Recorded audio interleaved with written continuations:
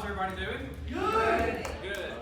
So it's been a whirlwind of a week to get to this point. Because you ever had something like, if you're going to speak, you ever had something you're going to speak on and you knew it, and all of a sudden it's like, no. The Lord's like, hey, don't speak on this. It's pretty much what happened. I had two kind of things. I was like, I can speak on both of them, and I really couldn't get peace about either one. I could get peace about both of them, but not just one specifically. And so, with a lot of prayer and just getting into the Word, they kind of just molded together and formed one thing. So, we're going to see how this goes. We'll start out, and we're going to read a couple verses from 15, verses 3 through 7. So, he told them this parable: What man of you, having 100 sheep, if he has lost one of them, does not leave the 99 in the open country and go after the one that is lost until he finds it? And when he has found it, he lays it on his shoulders, rejoicing. And when he comes home, he calls together his friends and his neighbors, saying to them, Rejoice with me, for I have found my sheep that was lost.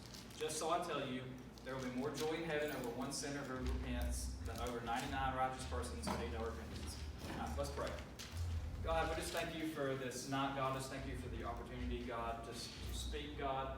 God, I pray that it's not my words, God, but it's your words through me. God, just use me as a vessel, God. Just give me the confidence and the peace, God, to stand up here and just proclaim your word and the words that you've given me to say, God. I pray that we will just come in here with just open hearts, open minds, God, and just be receptive to what you have for us tonight. God, we thank you and we love you. In Jesus' name I pray. Amen.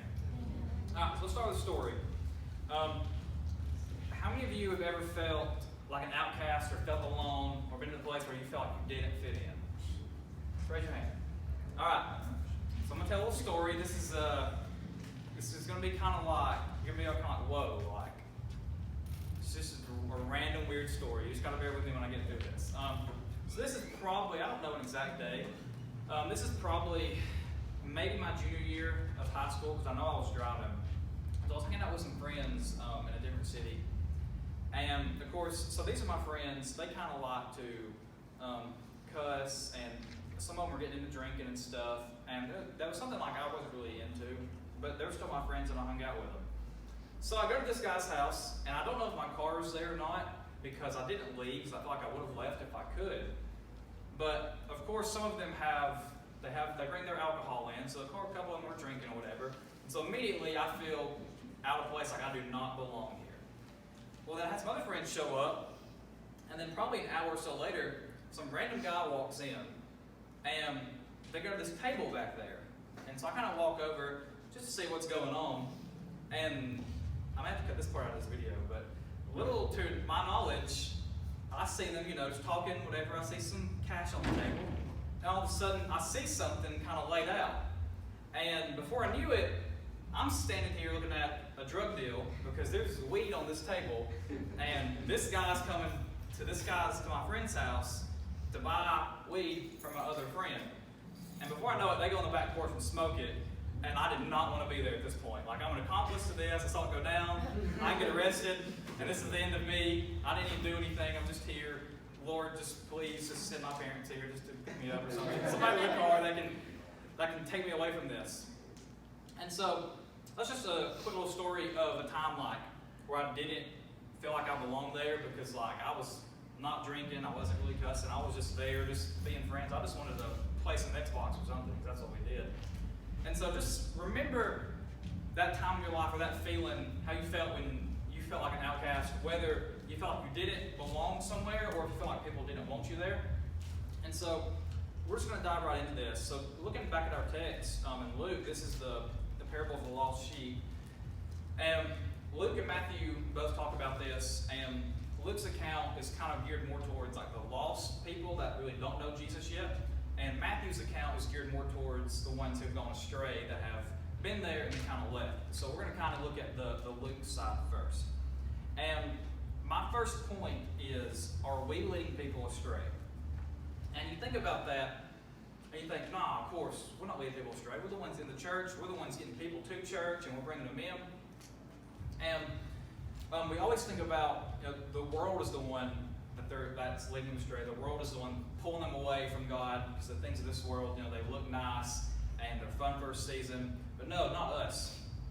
But I was thinking about it, And maybe sometimes, we're not necessarily pointing people in the wrong direction, but neither are we pointing them in the right direction. And what I mean by that is kind of your words and your actions. Like, yes, we all profess to be believers and Christians, but do our actions show that to where people are going to know that we are believers? Because we live in a culture, and you can all attest to this and agree, where there's a lot of people who think they know Jesus and think that they're saved, and they're not. And I can wholeheartedly say that because I see people, I love the Lord, I know the Lord, but they have zero fruits to back that up. And the Word says in Matthew 7, I believe, that they will know you by your fruits. And so you see a lot of people who profess to be Christians, and then they get around to us, and, if we're not being set apart, then are we ever going to point them in the right direction that we need to point them to? And like I said, we may not even be leading them in the wrong direction. We're just not leading them in the right direction. And so, let me read a couple verses from Matthew 5, 13 through 16. It says, "You are the salt of the earth, but if salt has lost its taste, how shall its saltiness be restored? It is no longer good for anything except to be thrown out and trampled under people's feet." Now here's kind of the verse that I'm going to touch on. "You are the light of the world. A city set on a hill cannot be hidden, nor do people light a lamp and put it under a basket, but on a stand, and it gives light to all in the house. In the same way, let your light shine before others, so that they may see your good works and give glory to your Father who is in heaven." And so, when I think about it, are we being the reason that people truly don't know Christ sometimes? Because, they think they know Christ, but if we're not showing them that we're any different, then they're going to think their entire lives that, yeah, I'm a Christian, when really they're just another one, many will say, "Lord, Lord, did we not do this? Did we not cast out demons in your name? Did we not?" Basically, Lord, in our day and time, Lord, did we not go to church? Lord, did I not post my Bible verses about you on Instagram or Twitter? Did I not, show you, Lord? But when their fruits and their lives don't back it up, do they really know Jesus? And so, if we're hanging out with those, whether it be any friends, like the friends I had, and I still have those friends, and I've been trying to be a light to them, but if you've ever been by yourself in a group of friends that don't share the same values as you, it is hard. And I can look at Brent over here and say that we're kind of in the same boat with some high school friends, and we do the best we can. But whether it be friends, co-workers, family, Walmart, because Walmart brings out the worst, and on top of that, 431 bring out the worst in me especially, because if you're going 35 and a 45, Lord help us, I don't understand. I will never comprehend. Why can we not even just go the speed limit? Sorry, I'm getting angry here. But if we're not being the ones that are being set apart and be stood out, then how are they ever going to truly know? Because if they can look at everybody in this area, and you can probably ask people, and probably 98% of them are Christians. And I realize I didn't give you all the title of this, I don't think. The title of this message is 99%, and that's going to come into play a little later. But probably 98% of people will say they're Christians, and I can tell you not all 98% are going to be Christians. And so you've got all these people, and they see everybody else around, and they think, oh, we're good, that's how everybody else is, when that's not what God's called us to be. And so if we're not being set apart, and we're not any different than everybody else in this area who professes to be Christians and doesn't live it out and doesn't show fruits, then are we leading people astray from God? Not necessarily in the wrong direction, but are we leading them in the right direction? Because right now they're kind of, a lot of them are going in the wrong direction, but they're not, they're just kind of right here. And if we're not pointing them in the right direction, then how will they ever point to the right direction? And so, let's look at the verse back to, 14 through 16. It says, "You are the light of the world. A city set on a hill cannot be hidden, nor do people light a lamp and put it under a basket, but on a stand, and it gives light to all in the house. In the same way, let your light shine before others, so that they may see your good works and give glory to your Father who is in heaven." So let's think about the old song, This Little Light of Mine. You know, like, this little light of mine, I'm gonna let it shine. And we'll skip forward. What does it say? Hide it under a bushel. Thank you. Everybody. But if you think about it, it says, you know, hide it under a bushel, no, like, because you're not going to hide it. But if we take some of those words and we flip it around, we sing it, and it's like, you know, you're not meant to hide it because what the scripture says, you know, you put it on a stand so the whole house can see it. And you change those words, and it's like, talking about this little light of mine, it's like, hide it from my friends. No. I mean, you're going to laugh at me. That's just that's the truth here. But if you take the words from that and you think about it and you replace bushel like, oh, am I going to hide, you know, my light from my friends? Am I going to hide my light from those who need the light? And so it's really silly, but, you know, if you think about it, you know, when you think about that song, it's got a lot of, like, truth to it. Like, you know, we're not going to hide our lamp under a bush. Why should we hide it around friends and around those who need it most, our family, co-workers, whoever it may be? And so, but what tends to happen when we get around those people is, you know, especially when you're outnumbered, there's a reason that Jesus sent people out in twos, go in pairs, because, you know, you'll be tempted to do the same stuff when you're by yourself. And when you get around those people, you'll find yourself, maybe you'll start cussing, maybe you're just going to take a few drinks, but then it leads to more, and the next thing you know, you find yourself drunk one night again.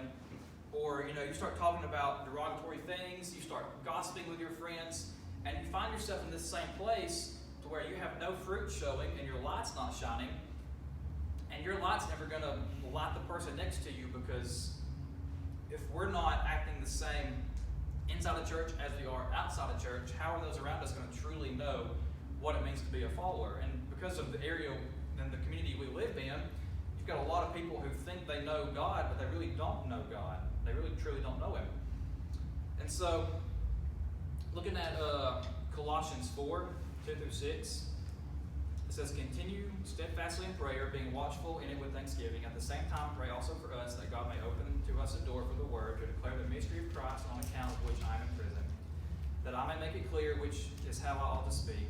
The next two verses, walk in wisdom towards others, making the best use of the time. Let your speech always be gracious, seasoned with salt, so that you may know how you ought to answer each person.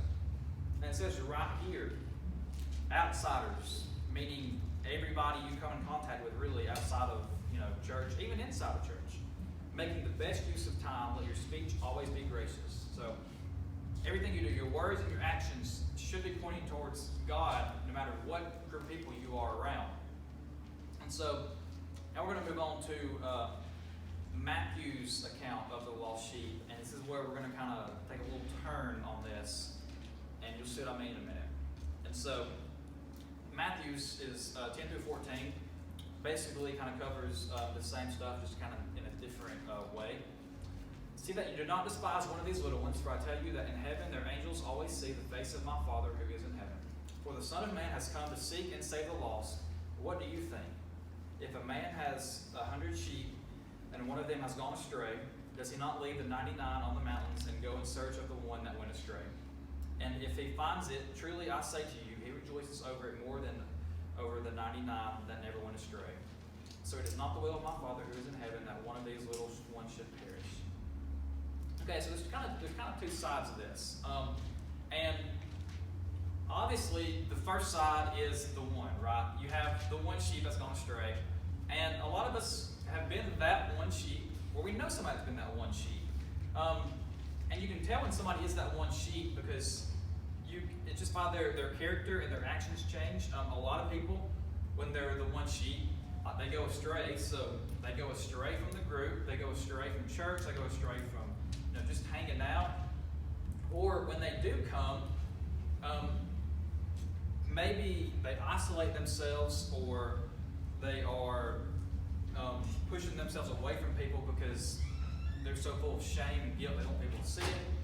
Or maybe, you know, they need attention, so they seek attention from others, and they seek a lot of attention. And because they think they're gonna find validation in themselves and think, oh, I'm okay, everybody loves me still, but really they are hurting on the inside. And so, the one referring to the lost sheep. So let's look at our second point is, are we accepting the sheep back to the pen? This is where our title 99% is going to come into play. So have you ever thought about you being the 99 and not the 1? Like, I know we've been the 1 a lot of times in our lives, probably more than we are the 99. But have you thought about when you're the 99? And what I mean is, when you have that one sheep that is gone astray, a lot of times, you're probably the one still in the pen while they're out astray. And a lot of times, you've been that one, and you know how it feels, and you know how you were when you went astray, and you know the feeling of the one.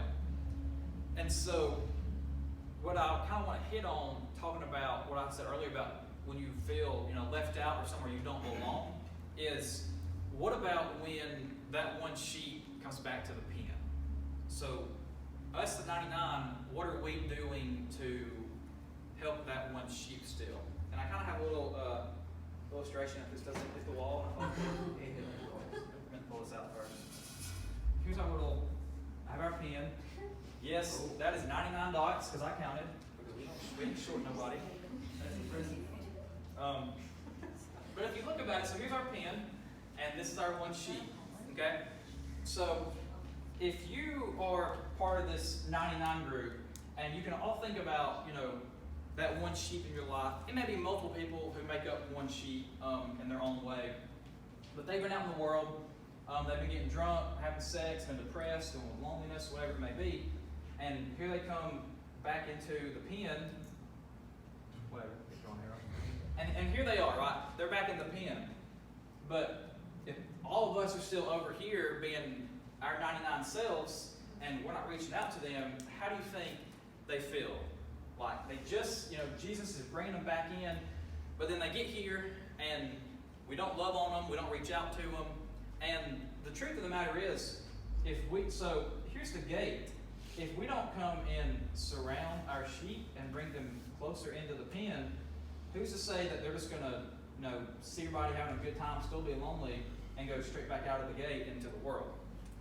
And so that's kind of where I want to think about is, think about you being the 99. Think about the time that you were the one and how it felt. And so when you know that one person or see that one person and they're coming back to church, like, instead of questioning and talking to your friends, oh, I'm surprised they're here, like, don't come at it in that way. Just be joyful and rejoice that they are here, because it said earlier, the Lord rejoices when the one comes back. So we should rejoice as well when the one comes back and surround them.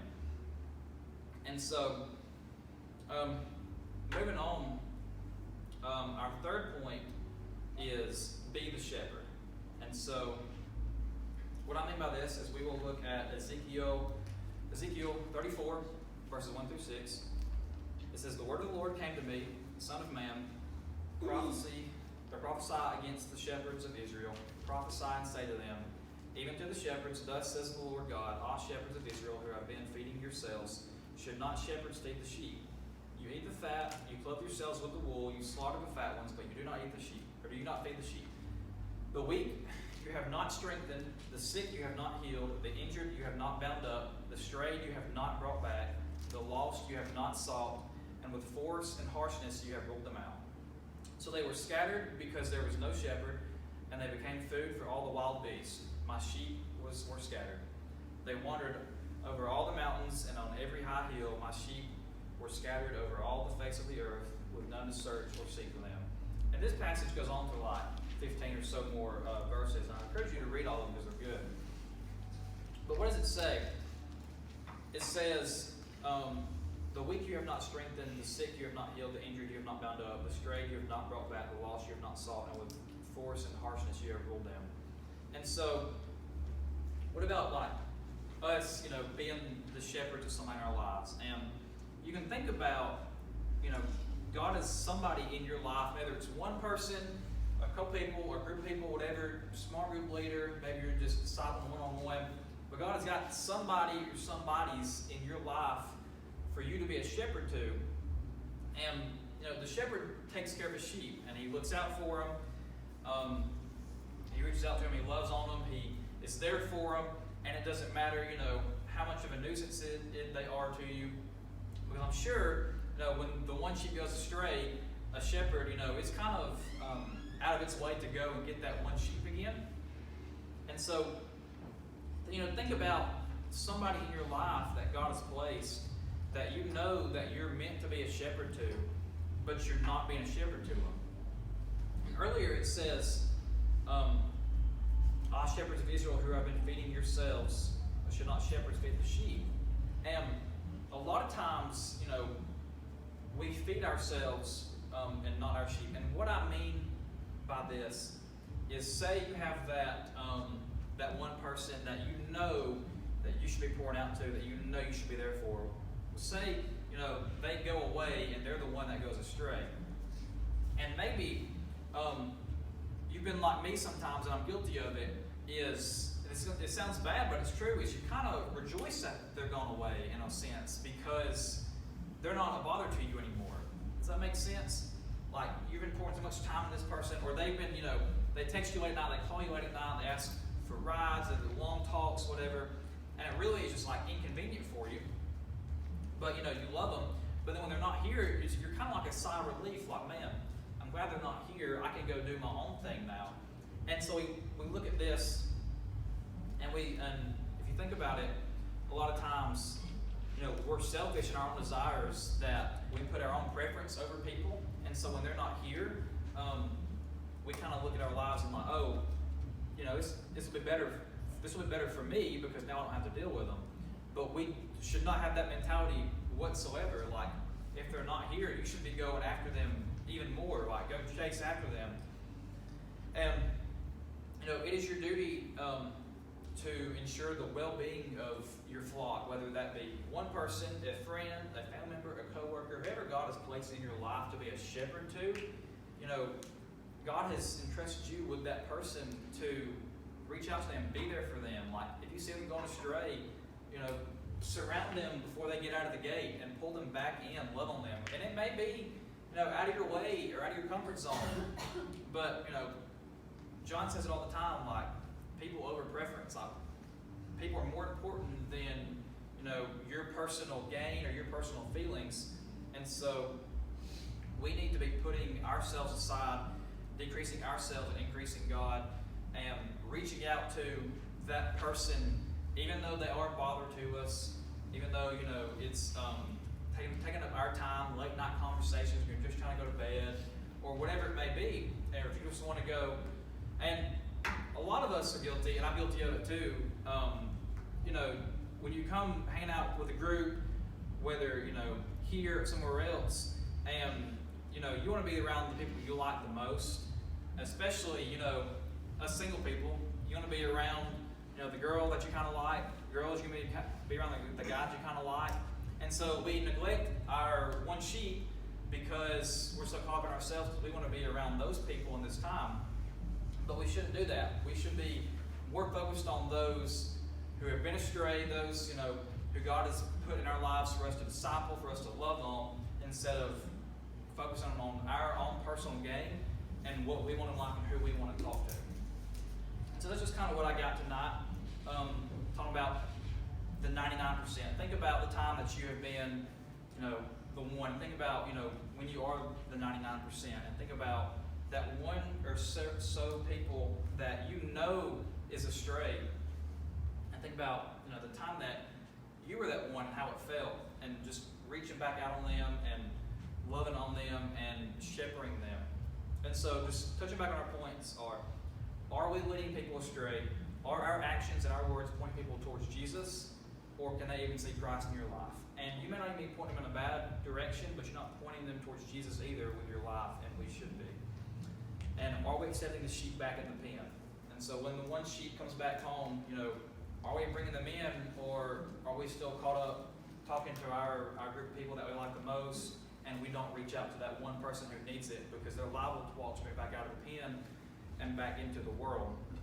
And thirdly, be the shepherd. God's got somebody in your life that you're supposed to be a shepherd over your flock. I use Trevor example, kids pastor. He's got a lot of kids that he's a shepherd over, and so he's responsible for a lot of kids.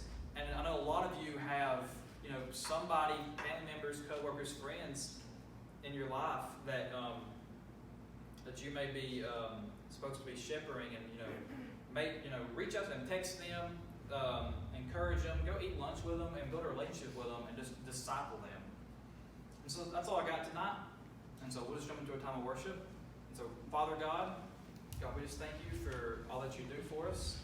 And God, we're just so grateful, God, that you go and get the one sheep, God, and that you bring us back, God, and bring them back. And God, I know that many people in here, God, have been the one, or maybe they're the one right now, God. And if they're the one right now, God, I pray that they will just see you, God, and seek you, and just know, God, that you are just bringing them back to the pen. And God, I pray for those who may be the 99 in this situation, God, that you will pierce their hearts for people, God, and those who are lost, those who have gone astray, God. Help us to reach out to those and love on them and bring them back in. And when they get here, God, to continue to love on them and surround them, God, with your presence, God, and your spirit, God. And God, I just thank you for all that you do for us, God. I just pray for every single person in this room, God, that you would just touch our hearts, God, and just pierce us, God, to want to know you more. And all these things, we ask in your Son, Jesus' name. Amen.